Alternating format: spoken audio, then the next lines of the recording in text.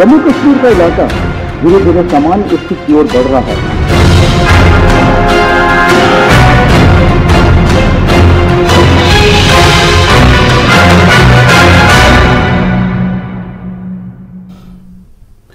स्वागत है आपका न्यूज 18 JKLH में। मैं हूं विशाल और आप देख रहे हैं prime debate India. Jammu Kashmir का जिक्र आते ही खूबसूरत वादियों के साथ साथ आतंकवाद की चर्चा होती रही है। एक समय था जब ऐसा लगता था जैसे जम्मू कश्मीर और आतंकवाद दोनों पर्यायवाची जैसे ही शब्द हों। इसमें कोई शक नहीं कि जन्नत कश्मीर में दशकों खून के धब्बे लगते रहे हैं, लेकिन अब हालात बदल रहे हैं। आंकड़े तो यही बताते हैं। उत्तरी सेना के commander lieutenant general Upendra Dwivedi भी यही कह रहे हैं। लेफ्टिनेंट जनरल उपेंद्र द्विवेदी कहते हैं कि जम्मू कश्मीर धीरे धीरे सामान्य स्थिति की ओर बढ़ रहा है। बेहतर कार्य योजना से आतंकवाद पर बहुत हद तक काबू पा लिया गया है। साल 2022 में आतंकवाद विरोधी सार्थक नतीजे रहे हैं। रियल टाइम ट्रैकिंग से कई आतंकी मारे गए हैं। साल 2022 में जो एक तादाद आती है वो है 186 आतंकियों की जो काउंटर टेरर ऑपरेशन में सैनिकों ने दक्षता दिखाई है, यह भी कहना है। और साथ ही साथ वो ये भी कहते हैं कि सैनिकों ने आतंकी खतरे को भी बहुत सीमित कर दिया है। कुल मिलाकर वो ये कह रहे हैं कि तमाम जो इंडिकेटर्स हैं वो ये बता रहे हैं कि आतंकवाद जो है वो सिमटता जा रहा है जम्मू कश्मीर में।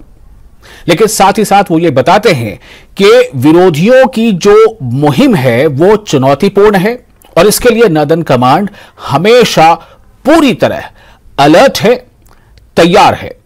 उन्होंने कहा कि राष्ट्रीय हितों की रक्षा के लिए सभी जरूरी कदम उठाने के लिए हमेशा तैयार रहते हैं। तो सवाल अब यह पैदा होता है कि जो सिमटता जा रहा है आतंकवाद का जो जाल और जो स्थिति धीरे धीरे सामान्य होती जा रही है, ये जो गति है, ये गति आने वाले दिनों में बढ़ेगी या इस गति पर ब्रेक लगेगा या बहुत जल्द जो है और बेहतर स्थिति आ जाएगी। और अगर उसमें बहुत जल्द ये स्थिति आने में कोई दिक्कत है तो वो किस तरह की दिक्कत हो सकती है, कितनी कामयाबी मिल चुकी है, कितनी अभी बाकी रह गई है, ऐसे कई सवालों पर बातचीत करेंगे एक्सपर्ट्स से। हमारे साथ जो पैनलिस्ट मौजूद होंगे, आप बने रहिए अगले आधे घंटे। जम्मू कश्मीर का इलाका धीरे धीरे सामान्य स्थिति की ओर बढ़ रहा है।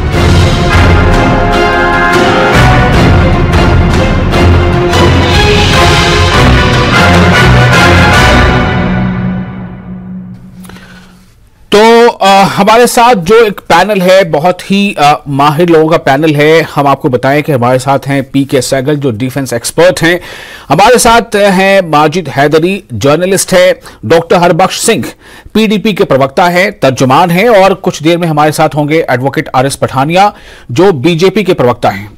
मैं सबसे पहले PK सहगल साहब आपके पास आना चाहूंगा, क्योंकि आप काफी लंबे अरसे से जो सुरक्षा को लेकर जो स्थितियां बनती या कुछ बदलती रही हैं उस पर आपकी बहुत गहरी नजर रही है।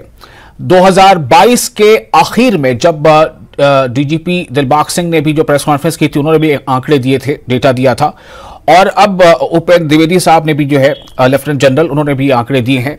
मैं आपसे जानना चाहता हूं कि इस टिप्पणी पर, इस स्टेटमेंट पर आपकी पहली टिप्पणी क्या है?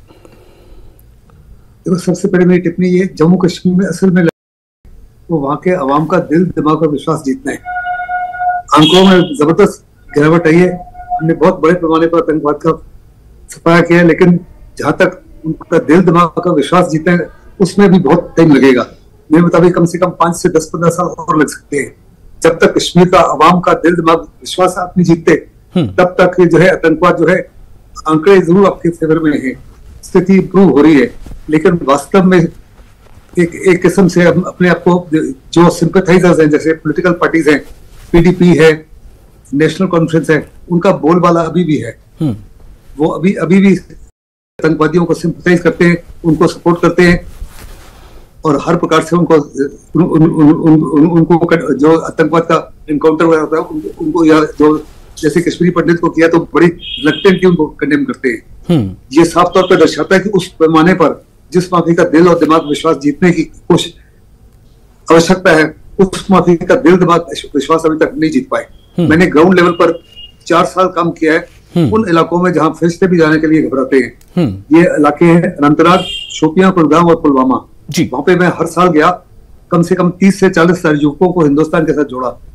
पाकिस्तान जो है इतना था कि मेरी अपनी पाकिस्तानी टीवी में मेरी फोटो दिखाई जाती थी और कहा जाता था हिंदुस्तान के रिटायर्ड जनरल हैं जो कश्मीर की भावी आजादी के लिए खतरा है, इनको जिंदा वापस मत दिया।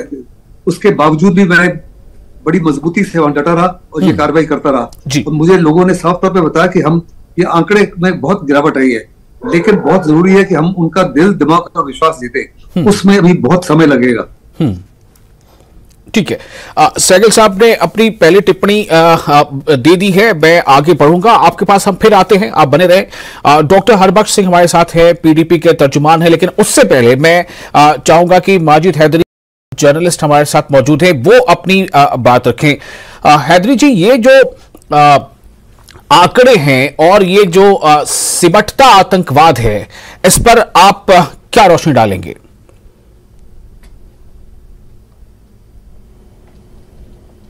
बहुत ही आपत्तिजनक बात है कि उन्होंने कहा कि नेशनल कॉन्फ्रेंस ऑफ पीडीपी, दो पार्टी जो इलेक्शन कमीशन ऑफ इंडिया से रजिस्टर्ड है, जिन्होंने इलेक्शन लड़ा है, संविधान पे शपथ ली है और चीफ मिनिस्टर भी बने उस पार्टी के, उनको ये टेररिस्ट का सपोर्टर खुलेआम कह रहे हैं। बहुत आपत्तिजनक बात है। मुझे इस पे एज ए जर्नलिस्ट सबसे पहले आपत्ति है कि ऐसे शब्दों का प्रयोग नहीं होना चाहिए।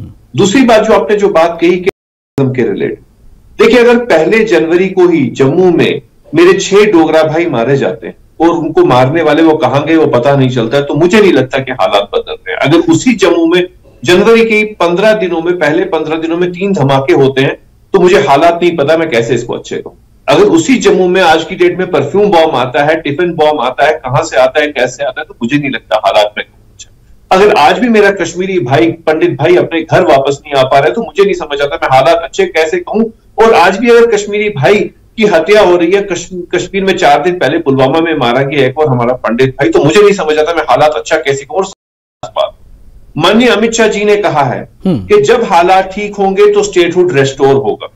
अब अगर आप कह रहे हैं कि हालात ठीक है, या कोई भी हमारे माननीय आर्मी जनरल कह रहे हैं, कोई कह रहे हैं हालात ठीक है, तो हालात ठीक होने की उन्हें अल्फाज सोच लेने चाहिए कि अमित शाह जी ने कहा है कि जब हालात ठीक होंगे तो स्टेटहुड रेस्टोर होगा। अगर उनके कहने के मुताबिक हालात ठीक है, तो वो अमित शाह जी की कही हुई बात और उनकी जो भविष्यवाणी है उसके खिलाफ बात जाती है। क्योंकि मैं तो इस मंच पे कहूंगा, मैं अमित शाह जी का सपोर्ट उन्होंने कहा जब हालात ठीक होंगे तब स्टेटहुड होगा। अगर हालात ठीक नहीं है, स्टेटहुड नहीं है, तो ये कैसे कहें हालात? तो कहीं ना कहीं तालमेल की प्रॉब्लम है। या तो कोई इंसान बताना चाह रहा है, या तो ये बीजेपी के खिलाफ बात होने की बात बन रही है। तो हमें यह समझना होगा, कुल मिला के हकीकत यह है कि कश्मीर में हालात ठीक नहीं है और एक चीज की कमी है, यहां बाबू राज है, लोग सफर कर रहे हैं, जम्मू के भी कश्मीर के भी, क्योंकि बाबू राज है, डेमोक्रेसी नहीं है पिछले 5 साल से। तो जम्मू कश्मीर की स्थिति बहुत खराब है। बिना डेमोक्रेसी के देश, विश्व का सबसे बड़ा जो हमारा लोकतंत्र का जो एक निशान है वो भारत है। ठीक है, मैं फिर आता हूं आपके पास फिर आता हूं। फर्स्ट राउंड में रिएक्शन ले रहा था। हमारे साथ एडवोकेट आर एस पठानिया भी जुड़ चुके हैं। डॉक्टर हरबख्श सिंह जी, आपने सुना होगा जो हमारे दूसरे पैनलिस्ट ने क्या टिप्पणी की है। मैं चाहूंगा आप अपनी बात रखें। और एक पॉलिटिकल डिस्कोर्स होता है तो उसमें इस तरह की बातें हो जाती हैं कई बार, या कर दी जाती हैं, क्योंकि वो उसका एक अपना स्वभाव है। लेकिन सहगल साहब ने जो कुछ कहा है वो टिप्पणी भी आपने सुनी है, और साथ ही साथ ये कि ये जो अब जिस विषय पे हम चर्चा कर रहे हैं कि आंकड़े ये बता रहे हैं कि जम्मू कश्मीर में हालात बदल रहे हैं। जोर से वासिल जी, जिस तरह मैं सहगल साहब को सुन रहा था, बड़ा अनफॉर्चुनेट है कि एक जनरल और एक डिफेंस एक्सपर्ट को आप लाते हैं तो वो पॉलिटिकल बयान देने की कोशिश करता है, जैसे कि पॉलिटिकल पार्टियां एक दूसरे को इल्ज़ाम लगाती हैं। सहगल पता होना चाहिए कि मुफ्ती मोहम्मद सईद साहब जो हमारी पार्टी के बानी रहे हैं, वो होम मिनिस्टर ऑफ इंडिया रहे हैं, और जो महबूबा मुफ्ती जी है वो चीफ मिनिस्टर भी रही है, मेंबर पार्लियामेंट भी रही है, और डेमोक्रेटिक प्रोसेस में जो सारा कुछ आज आप 2002 से आज तक की चेंज देख रहे हैं, तो उसमें हमारी पार्टी का बड़ा रोल है। और अगर कोई डिफेंस एक्सपर्ट आके किसी पार्टी को बोले ये मिल्टन टू के सपोर्टर है, तो इट इज़ वेरी अनफॉर्चुनेट, क्योंकि मुझे नहीं लगता कि ऐसी बात टीवी पे आके और नेशन को एक गलत मैसेज देने की जा रही है।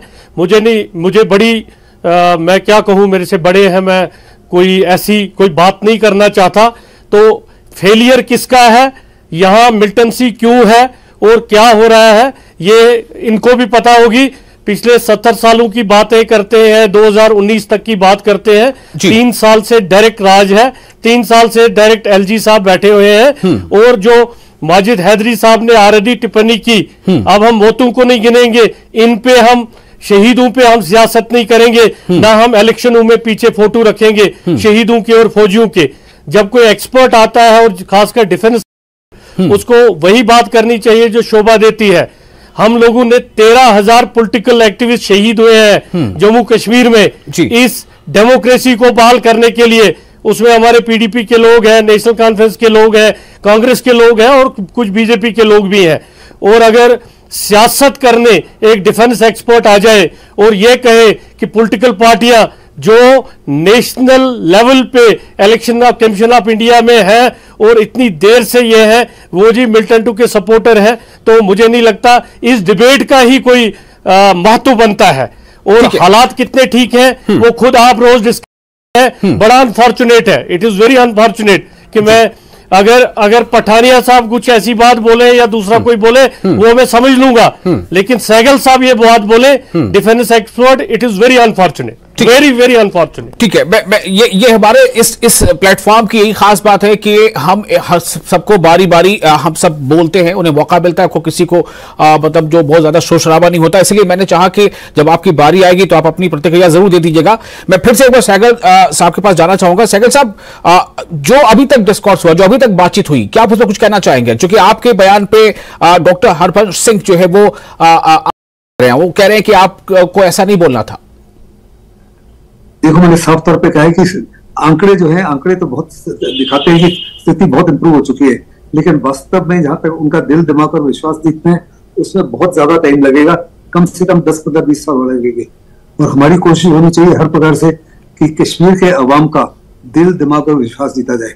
उनको हिंदुस्तान के ऊपर फख्र होना चाहिए, हिंदुस्तान के ऊपर विश्वास होना चाहिए, हमारे सबके ऊपर उनका दिल और दिमाग हमारे साथ होना चाहिए।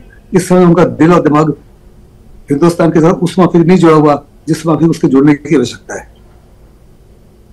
जी, डॉक्टर हरबंश सिंह साहब, मुझे लगता है आपको जवाब मिल गया है जो आपने बिल्कुल नहीं वासिल जी जवाब जो इन्होंने कहा ये फिर पॉलिटिकल जवाब है। इन्होंने इल्जाम लगाया कि नेशनल कॉन्फ्रेंस और पीडीपी मिलिटेंसी को सपोर्ट कर रहे हैं।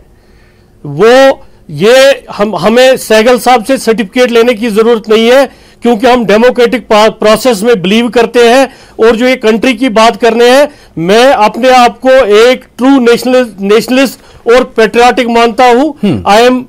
आई don't need any certificate from Sehgal साहब या मेरी पार्टी को सर्टिफिकेट। जब आप पैनल पे एक्सपर्ट को लाते हैं, एक हो गया पॉलिटिक्स वाले को, पॉलिटिकल जैसे स्पोक्स पर्सन है बीजेपी या पीडीपी या किसी और का, वो कोई बात इल्जाम लगाए, लेकिन एक आर्मी के जनरल, एक रिटायर्ड डिफेंस एक्सपर्ट ये बोलते हैं, इनको इस चीज पे माफी लेनी चाहिए। मुफ्ती मोहम्मद सईद साहब होम मिनिस्टर ऑफ इंडिया थे, क्या वो कंट्री के खिलाफ थे? हम डेमोक्रेटिक प्रोसेस में अपनी कंट्री के साथ हमारे 10 तरह के मैं आपकी बात समझ गया, हो सकती है, मैं आपकी बात समझ गया और मैंने इसलिए आपको अपनी पूरी प्रतिक्रिया देने का पूरा समय भी दिया है, आप इस बात को मानेंगे। सहगल साहब, मैं फिर से एक बार चाहूंगा आपके पास आऊं, क्या आपको ऐसा लग रहा है कुछ जो डॉक्टर हरबंश सिंह कह रहे हैं कि आप थोड़ा मतलब ऐसी कोई बात बोल गए, उसे क्या स्लिप ऑफ टंग माना जाए, या फिर ये कि आपका वही मत है? आई थिंक डॉक्टर हरबंश ने कंप्लीटली मिसअंडरस्टैंड किया है। मैंने कहा जिस माफी की तनख्वाह की घटना होती है और आवश्यकता होती है कंडेम करने की, कुछ पॉलिटिकल पार्टीज उसको कंडेम नहीं करती है, कंडेम करती है बड़ी रिलक्टेंटली कंडेम करती है, जिससे साफ तौर पर नजर आता है कि उनका कुछ प्रकार से सहानुभूति उन लोगों के साथ है जो वास्तव में देशद्रोही है। ठीक है, डॉक्टर हरबंश सिंह जी, मैं फिर आपके पास आऊंगा। हमारे साथ एडवोकेट आर एस पठानिया जुड़ चुके हैं, बीजेपी के। पठानिया साहब, जो हमारे लेफ्टिनेंट जनरल उपेंद्र द्विवेदी जी हैं, उनका ये कहना है, मानना है, अभी हमने उनका स्टेटमेंट चलाया था कि जम्मू कश्मीर में जो स्थिति है वो धीरे धीरे सामान्य होती जा रही है। उन्होंने कहा कि 2022 में खासतौर से जो हमारी जो कार्य योजना थी, जो हमारी प्लानिंग थी, हमारे जो सोल्जर्स हैं, हमारी जो सुरक्षा एजेंसियां हैं, सबने बहुत बेहतरीन काम किया है और एक बड़ी संख्या में जो है ऐसे लोग जो आतंकवादी गतिविधियों में शामिल, उनको मार भी कराया गया है। और उनका कहना है कि लेकिन चुनौतियां अभी बाकी हैं। मैं आपसे जानना चाहता हूं कि आप उनके स्टेटमेंट पर अपना क्या स्टैंड रखते हैं, क्या प्रतिक्रिया आपकी? देखिए, जनरल उपेंद्र द्विवेदी जी का जो वो किसी पॉलिटिकल पार्टी का, किसी पॉलिटिकल पर्सनैलिटी का स्टेटमेंट नहीं है। वो इसे भारत की, जिसे कहते हैं सैन्य आर्मी का, एक बिल्कुल रिफाइंड और बिल्कुल प्रोफेशनल और आंकड़ों के ऊपर आधारित जो स्टेटमेंट है। मैंने आपके चैनल पर बड़ी बार एक कंसिडर्ड स्टैंड लिया है कि भारतीय सरकार ने पार्लियामेंट के पटल पे जो अपनी इंफॉर्मेशन रखी है कि there is a considerable increase. हाँ, हम बोले बिल्कुल स्थिति ऑल इज वेल, ऐसा नहीं है, लेकिन हमने बड़ी तेजी से स्थिति, जिसे कहते हैं, इंप्रूव हुई है।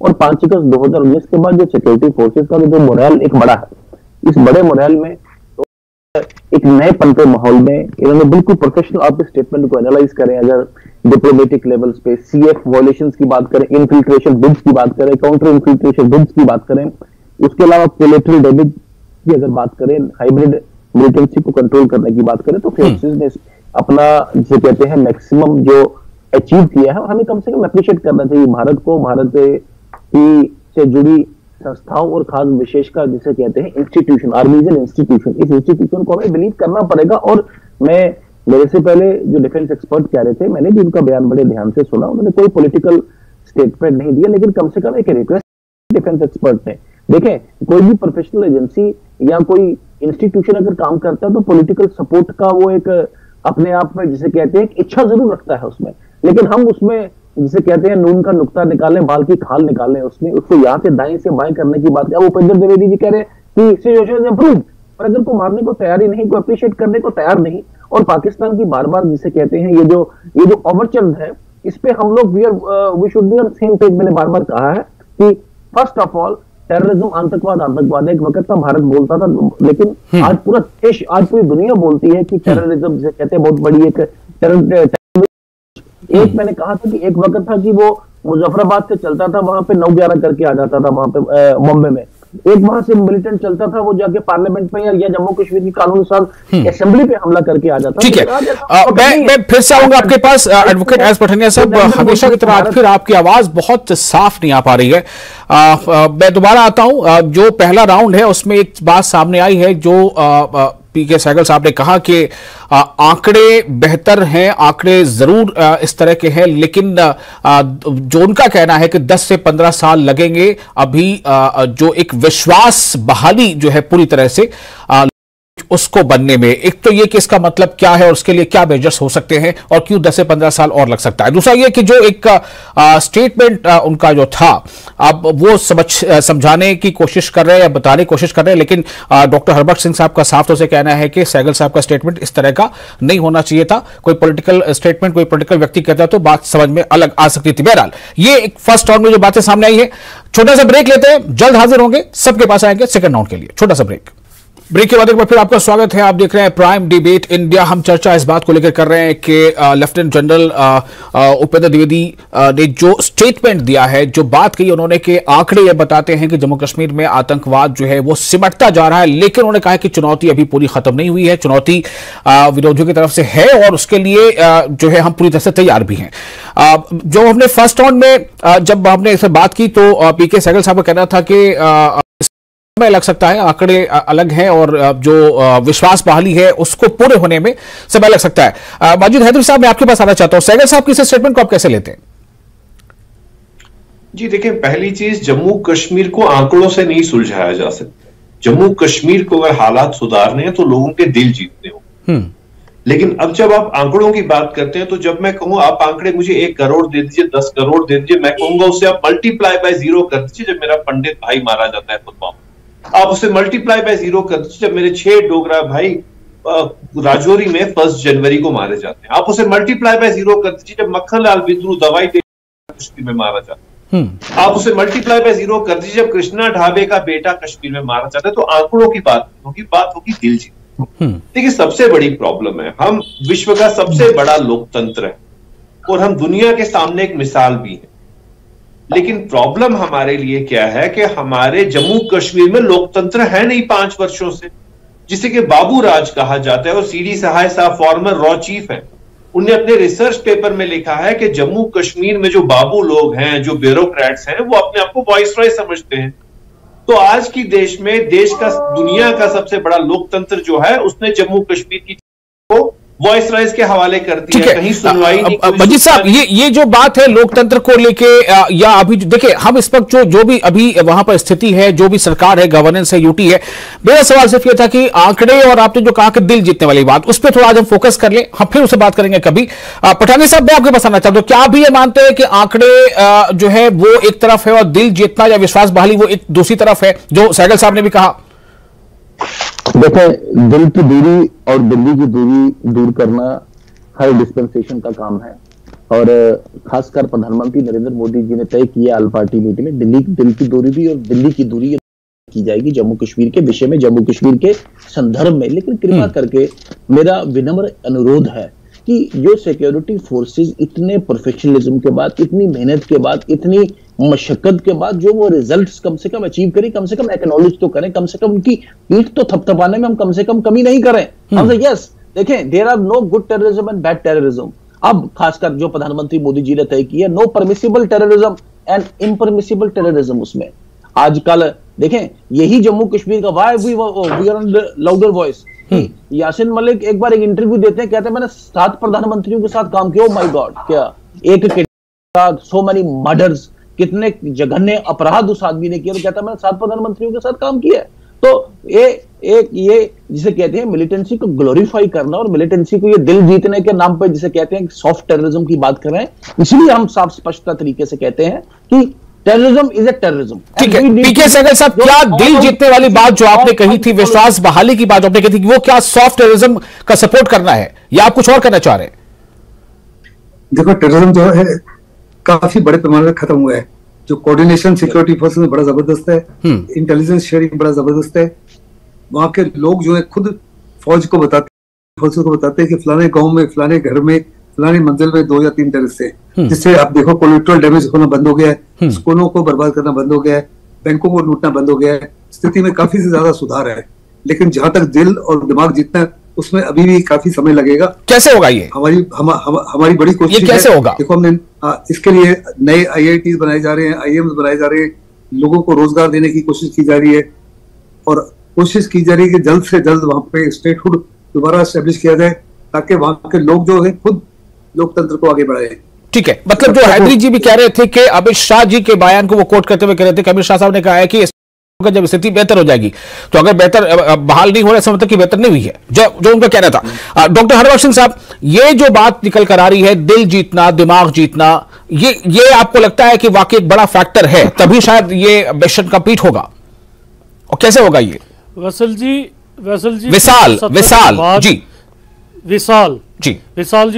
विशाल जी, जब 370 के एब्रोगेशन के बाद सारे लीडरों को अंदर रखा गया, तो उसके बाद एक बात हुई कि अब हम इस प्रोसेस को अच्छे तरीके से, जो हमने बेचा था कि ये 370 के बाद यहाँ डेवलपमेंट आएगी, नौकरियां आएंगी, दूध की नदियां बहेंगी, तो सारी लीडरशिप को बुलाया गया, और दिल्ली तौर पे तमाम जो जम्मू कश्मीर के लीडर थे, स्पेशली कश्मीर के लीडर थे, वो नरेंद्र मोदी जी और ऑनरेबल होम मिनिस्टर साहब के कहने पे वहां पहुंचे। वहां पहली बात यही थी, दिल की दूरी और दिल्ली की दूरी। लेकिन अब उस मीटिंग को भी 2 साल होने लगे, ना दिल्ली की दूरी खत्म हुई, ना दिल की दूरी खत्म हुई। रही बात कि हम जो कह रहे हैं कि आंकड़े, मैं आर्मी ऑफिसर ने आंकड़े दिए, मैं उनको क्रिटिसिज्म नहीं करता हूं, उनका अपना काम है, वो अपने लेवल पे काम कर रहे हैं।